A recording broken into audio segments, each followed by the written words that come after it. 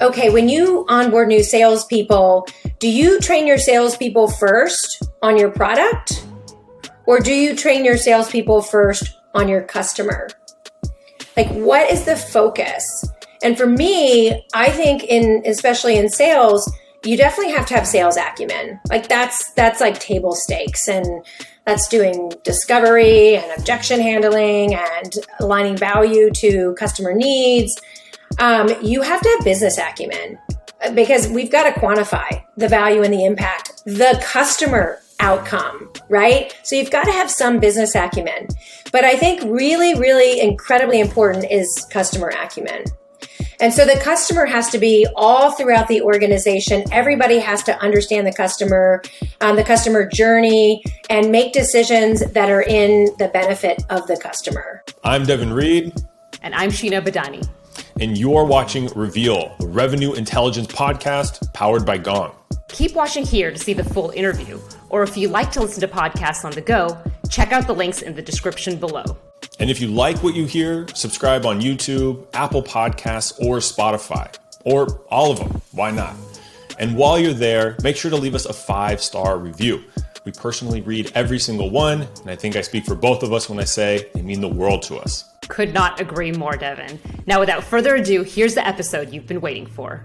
Jill, we are super excited to have you here at Reveal. So for those who may not know you or want to learn a little bit more about you, maybe you could just give us a little background of what you're up to today. I kind of think of you as like giving back to your communities at this stage. You've done so many amazing things over your career, and you're really at a place where you can give that advice and that guidance and investment into spaces that you're passionate about. But I'd love to hear it from your words. Yeah, so I've gotten clarity on my purpose over the years, and it's really to enrich other people's careers. And I would say initially it was really focused on elevating the sales professional and the sales profession, and really working also with marketing leaders to become more revenue focused. And I've spent so much of my career building categories, doing category creation, working with startups through, being employee number 13 at Eloqua, being there on the NASDAQ when we took the company public, being there when we were acquired by Oracle 4 months later, backing up even farther, working at Salesforce as one of the first 100 employees. So I always say I was like born SaaS, social mobile data, just all of those things that come about with technology and sales tech, MarTech. And I think you're right. Like most of my time today is spent on giving back and trying to stay active in the go-to-market communities that I really enjoy participating in. Coaching. I love doing unofficial. I'm not an official coach. I'm not in that profession, but yeah, a lot of time learning too. I listen to tons of podcasts and still am an active reader, and just keeping my network fresh, and even still expanding my network with you all as an example. I love that. Never stop learning, always be growing. So one of the common threads that we talked about over your career was really around this like thread of that the customer is first. And you always have put the customer front and center for all of the work that you've done. So I'd love to hear from you, like, what does a customer focused organization look like, and how do they behave differently from anybody else out there? Yeah, I mean, it starts with being customer led, right? Like literally thinking about things through the eyes of your customer. And to look at things through the lens of the customer, you have to really know your customer. And I think, a lot of times what we do is we don't have enough focus on the business that makes sense for what we're building, what we've built, and what we continue to build. And so, in marketing, it's called the ideal customer profile. And that really has become now a marketing, sales, and customer success term, which is amazing. Because if we're not, laser focused on who our ideal customer is, then we're getting customer needs that don't fit who we best serve. So I think the customer led is again, like always making decisions through the lens of the customer. And a just wonderful example, Jeff Lawson at Twilio. I've listened to many of interviews with Jeff, the founder, and one of the things that he talked about that was really striking was they have these, I think they're like red tennis shoes for their ninja advocates. And, that's like the coveted thing to get from Twilio. And one of the things that they did is when they send that pair of red Twilio tennis shoes, then that customer needed to send a pair of their shoes. And what Twilio did is they literally hung, and may still have, the customer's shoes all around their office. And so that the customer was literally in the room with the employees. And so you were surrounded by, always thinking, and what you saw is that the shoes are different. They're not all the same, right? So one of the things I talk about really important in terms of especially sales is context and putting things in context of your customer. And so you have to have truly a deep, deep understanding of the customer. That can be at an industry level, at a stage of growth level. It could be at a individual stakeholder within the organization. It could be at a geographic lens. It could be all these different elements of knowing thy customer. And so I think, one of the examples too is, okay, when you onboard new salespeople, do you train your salespeople first on your product?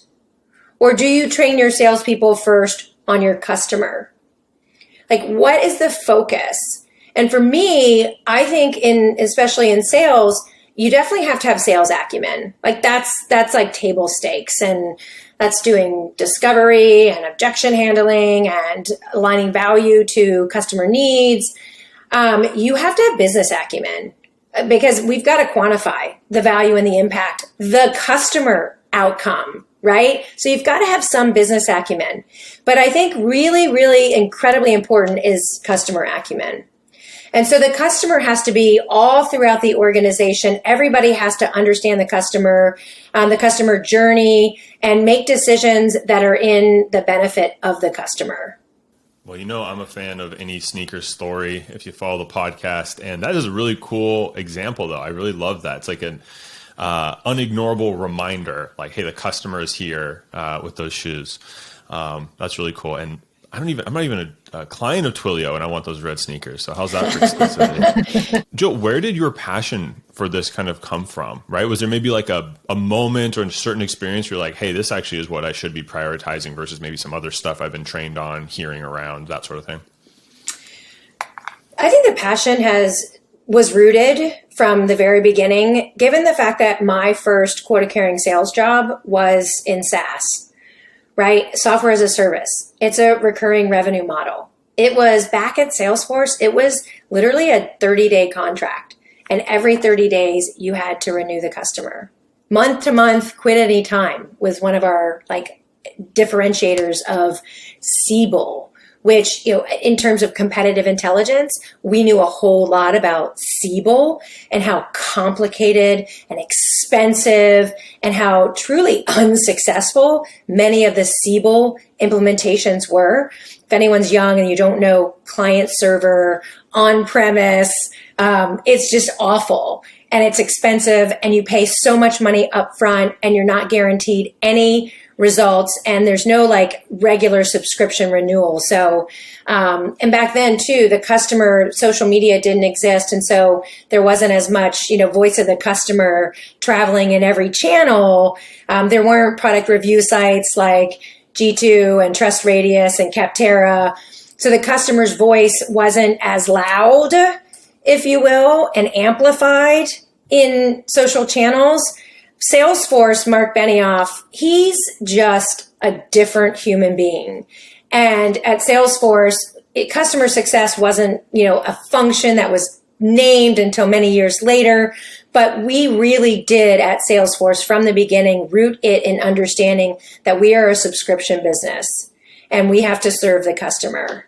So then at Eloqua, one of the advantages I think I've had in my career is that Eloqua, our customer, was marketing. And so I always say I'm a sales professional trapped in a marketer's body, and that I've read more books, if not the same amount of books on marketing as I have on sales. And that really goes back to knowing thy customer, right? And so I have to know marketing so that I can be of value to my marketing customer. And selling into marketing and really understanding the industry and the different roles and the jobs and seeing how, customer marketing and community, which we had an amazing community at Eloqua, and customer awards. We were one of the first companies to do a customer awards program. Back in 2007, we launched it and we called it the Eloqua Marquee Awards. And literally the physical award for our customers was, a 5-pound designed by the Oscars, looks like an Oscar. And that was back in 2007 when not every company was doing customer award programs. So I think my rooting and my focus and I love marketing, I love marketers. So that just natural desire to want to know more about my customer. And then over time, just seeing companies that were more customer focused were more successful and more fun.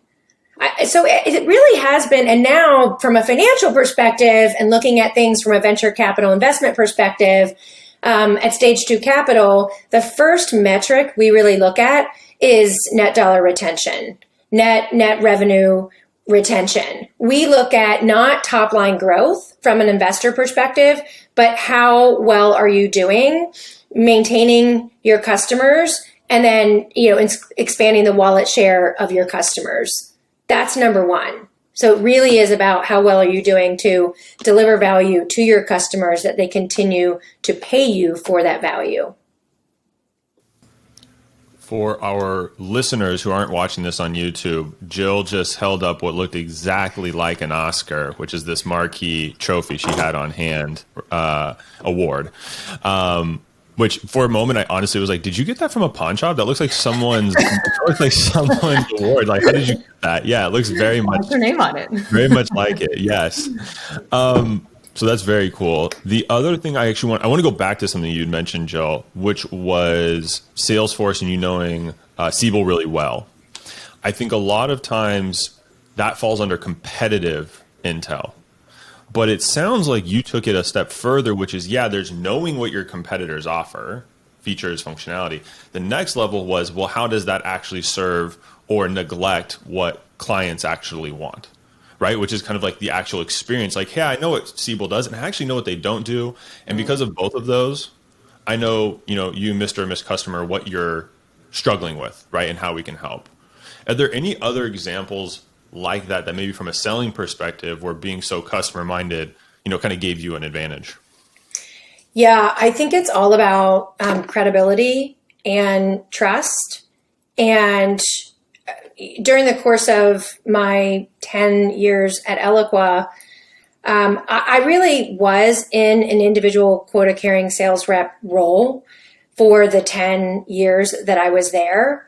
But what happened over time is because I was so deep in it with my customers, from being in the Eloqua community and actively participating in our online community, being at every awards ceremony and being the one to be so like crazy giddy when our customers won awards, being active in social networks and really shining the spotlight on our great customers and being a champion of the customer, but more broadly, building relationships with the industry analysts. And that is oftentimes looked at as a no-no, like salespeople, industry analysts, that's marketing's job. But I, nuzzled up because I was learning from all of the analysts about my customer and sharing their reports and the awesome research that they published. I would go to conferences. I remember being at the Serious Decisions conference, and they didn't want salespeople in the sessions where their marketing customers were learning because they thought that they were going to try to sell within a learning environment. And I'm like, I don't hang out at the booth waiting for someone to come by. I go into the sessions and I learn where and what my customers are learning. And so it's really like, being where your buyers are, being where your customers are, being visible to them, being valuable to them, and really understanding things through the lens of how can I serve, how can I help my customer achieve her goals. And a lot of times for me, that was, okay, what do they want from a career path perspective? We at Eloqua, functions like demand generation didn't exist. The term demand gen didn't exist. Marketing operations was not a function. And we not only had great technology back then, but we also helped create and really develop new functions within organizations, career paths. And so helping someone with their career is one way to also earn the advocacy and the long-term loyalty from your customers. So Jill, I am a huge advocate of being where your customers are, understanding them deeply, what their challenges are, how they feel about them. And your story, clearly shows that that's what you're all about. You've also taken it from those in-person interactions, and you have 250,000 followers on LinkedIn. So you've obviously cracked the code from a digital standpoint as well.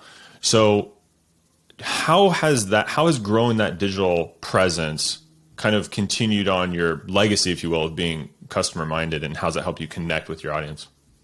Yeah, thanks for the question. And I was an evangelist for, and still am, social selling. And I believe in social networks. I don't think that salespeople should be out there using social media. I think salespeople should be leveraging social networks. They're really the same thing, but the use case is different, right? It's contextual to the role of the sales professional. Marketers use social media to do more reach, and salespeople leverage social networks to be more relevant and to build better relationships. And so over time, again, I think the advantage was selling into marketing and understanding the role of social and digital, and understanding the change of who the customer trusts and how they're influenced by their peers way more than they're influenced by our marketing messages. And also by understanding that the old process of customer references and holding those to the end of the buyer's journey, and like gating your customers from your buyers because you had to like qualify them to a certain point. No, actually what I think you should do is have deep, meaningful connections with your customers. And so what happened at Eloqua is I became an evangelist for B2B marketing, for marketing technology. And that happened by, at those physical events, watching someone speak and present on a specific topic, then sending them a personalized invite to connect on LinkedIn with relevant about them. Like, I took this note from your session and I'd be honored to be in your network and delighted to have you in mine. And so building your network over time. And then from a sales perspective, when I then moved into social selling and I became an evangelist for social selling, which is just using social networks to do research on your buyers and their industries, to be relevant to your buyers, to build relationships that drive revenue, but ultimately customer lifetime value and advocacy. And I see a lot of companies going out and building advocacy programs and using advocate marketing technology. And in fact, I was an early advisor at Influitive, an advocate marketing platform. But my view has always been, if you want your customers to be your advocates, you have to be the best advocate of your customers. And a way of doing that has a lot more reach and visibility is through digital and social channels. And so I was really active in commenting on other people's content in LinkedIn. And again, Twitter was a big channel for me because I was selling into marketing and marketers were using Twitter. And in the theme of being where your buyers are, if they're on Twitter and they're tweeting, then you can engage with their content, or you can just know what they're tweeting and then you can leverage that in an email to try to get a meeting with them. But being visible and active, like not just using networks to get information, but to give to, I call them digital deposits. And so even with the analyst, right, they share something, then like it, comment, share it, retweet it, whatever it is, genuinely, like don't go around doing this just for volume and trying to look like you care about the customer. So the social network, how did it explode? It exploded because there are a whole lot more salespeople than there are marketers. And so when I shifted from being an evangelist for B2B MarTech and marketing to being an evangelist for social selling, you can imagine the number of salespeople that, the message was resonating and they wanted to connect. On top of that, when Eloqua was acquired by Oracle, which was a devastating moment for me because we had built a company to be very customer centric. And being an early,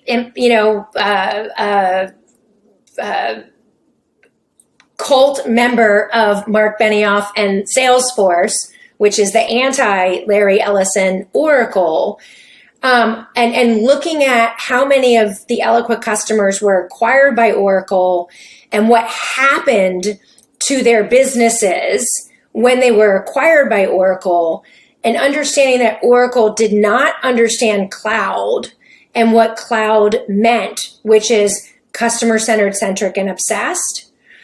I wasn't going to stay. I wasn't going to stay at Oracle. But what happened is I got an opportunity to move from the Eloqua business unit to Oracle to develop the first social selling training and enablement program for Oracle's, at the time, 23,000 salespeople. And it was a global role. And my thinking was, if I can go and get in front of tens of thousands of salespeople and evangelize that we have to stop selling and start serving our customers and bring this customer centricity culture into Oracle. Yeah, I was a little naive. That was something that was very exciting within my career and a super huge, massive challenge, which Devin, you said as we were offline that you like it hard and you like the challenge, the bigger the challenge, the better. From you going from into sales to marketing, right? That was a big challenge for you. Yeah. So one of the things that happened is, as I started to speak at Oracle events, lots of Oracle folks wanted to connect, but then the word got out more broadly what I was doing at Oracle, and that attracted a whole lot more people to, quote, follow me. I was publishing some of my own content that, if you go check out, it's about customer centricity and it's about modern marketing and selling. I wrote one of the first blog posts on RevTech, which ultimately turned into RevOps, right? RevTech, my first article on that was in 2017. So I was, I don't think I originated a lot of ideas, but I popularized them. LinkedIn recognized what I was doing. I actually spoke at LinkedIn's sales kickoff, their global sales kickoff in 2013. And that increased my network and my visibility. And then when LinkedIn was selecting influencers and members to highlight and to encourage people to follow, then my network increased exponentially. So it was just it didn't happen overnight, This was a slow roll of building a network through creating and publishing and engaging with valuable content. Yeah, I think it all comes back to like really putting that customer, in this case is like your audience, front and center. Like, yeah, sure, you may have learned something or read about something from an analyst, but now you're putting it in the words and terms that make sense for your audience and how they should interpret that information. So you have done like so many different things, like as an IC, as an advisor, in like all your different roles of keeping the customer first.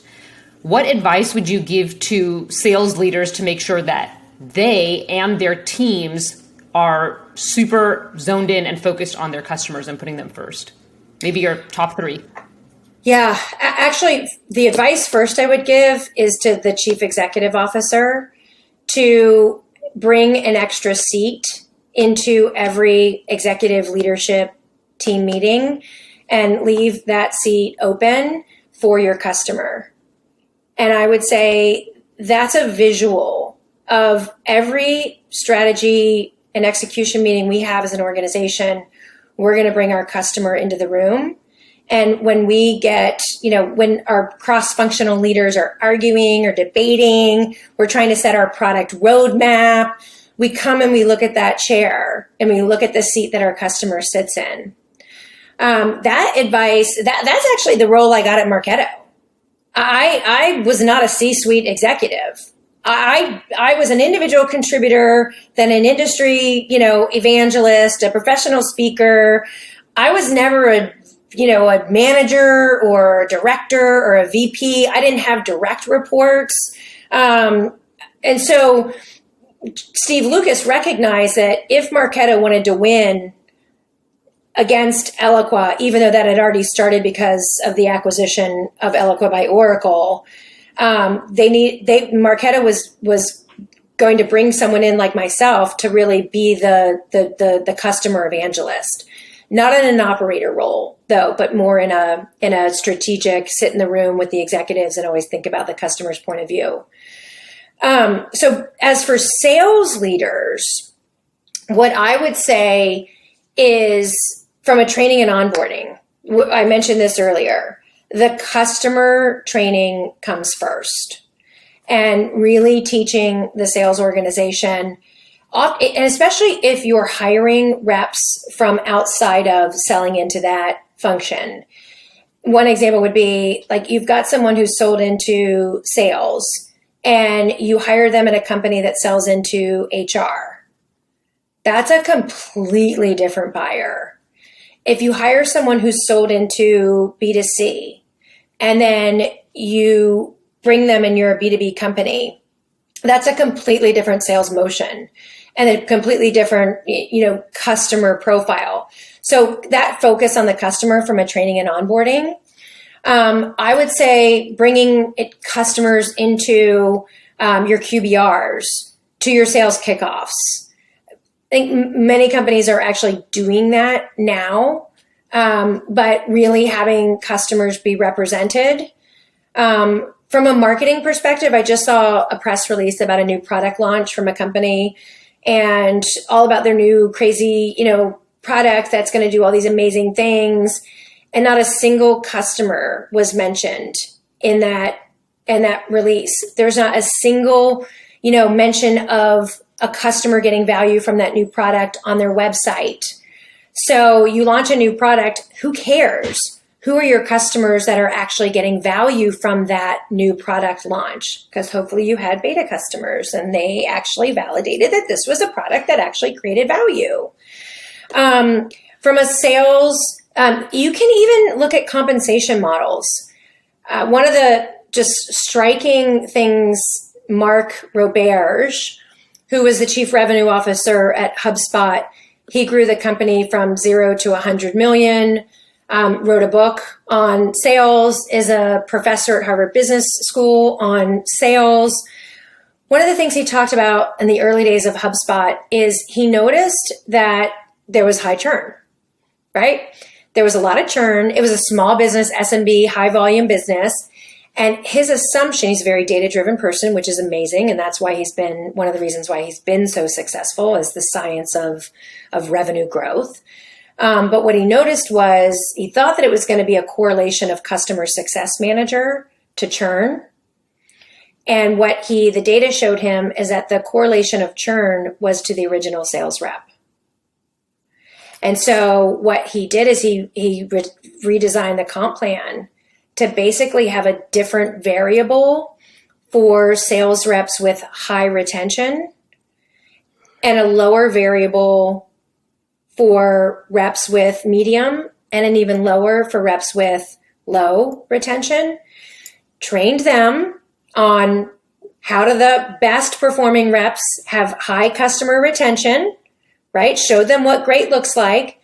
And then as that rep did better and better with their retention, moved them up in the commission model. And so if we really want to put the customer first and the long-term lifetime value of the customer, then paying your salespeople to do the right things up front is really important. And to have your salespeople, for me, one of the key focuses was on life after you sign the contract.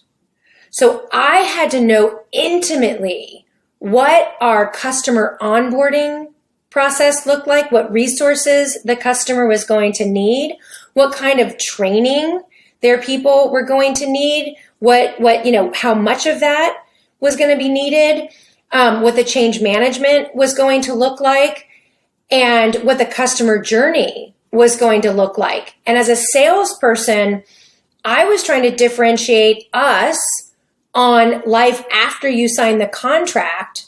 And to do that, you have to truly understand what that customer success onboarding process looks like.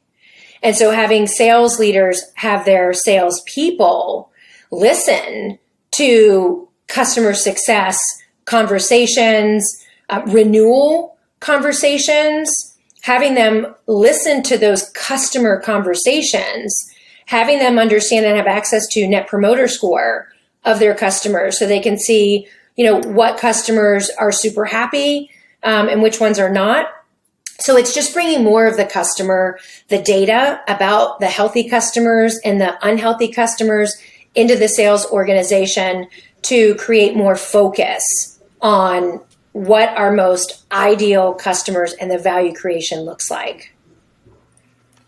That's so amazing. I think that's such a unique idea and one that a lot of organizations should really consider to help align all the way from, the first touch point that the customer has with sales through the life of their time with any company. So really interesting point on the compensation piece. So Jill, we ask all of our guests one question, which is the same question every time. And that is, how would you describe sales in one word? Yeah, I would go back to, in one word, the one word is context. But if I expanded on that, it's context around the customer. But sales is very contextual.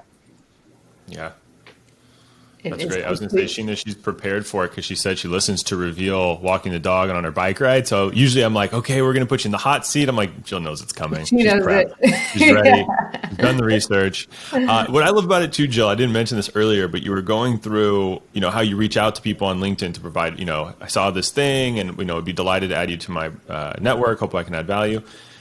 You said it earlier. That's exactly how Jill got introduced to the team here. That's how you reached out. You said, "Hey, you got this thing. I really enjoy it," and you didn't even make an ask. You're like, "We'd just love to kind of be a part of your network," and that led to the intro here. A great podcast and a fantastic interview with tons of advice. If anyone on the video is seeing my eyes wander and typing, I've got a page full of notes and great takeaways, Jill. So thank you so much for sharing your wisdom and your stories. There are some really good ones in there.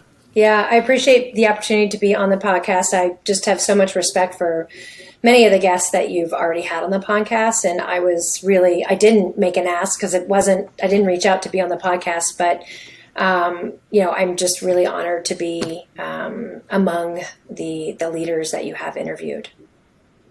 Oh, thank you. Well, the audience, I'm sure, appreciates every single thing that you've shared here today. So really grateful to have you.